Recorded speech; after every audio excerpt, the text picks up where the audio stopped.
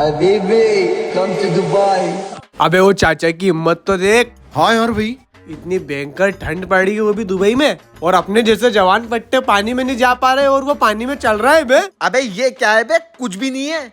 मेरे अब्बा तो चड्डी में हवा भर के 50 किलोमीटर पानी में ऐसे ही चले जाते थे। मेरे अब्बा 500 किलोमीटर दूर जाते थे तैरते तैरते, और वापस भी आते थे, और पीठ के ऊपर शार्क मच्छी होती थी उनके। शार्क मच्छी? हाँ, घर पे हम काट के खाते थे सब। साले कितनी ऊंची ऊंची फेंक रहे, बुर्ज खलीफा भी छोटी पड़ रही इनके आगे। मैं भी दे ही देता हूँ। ये लंबी मच्छी।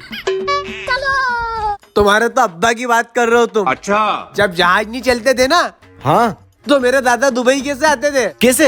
एक हाथ से तैर के दुबई आ जाते थे। लेकिन मेरे को एक बात बताओ दादा, एक हाथ से क्यों तैरते थे? एक हाथ से तैरते थे और थकान ना हो इसलिए दूसरा हाथ में पानी की बोतल रहती थी। समंदर में पानी की बात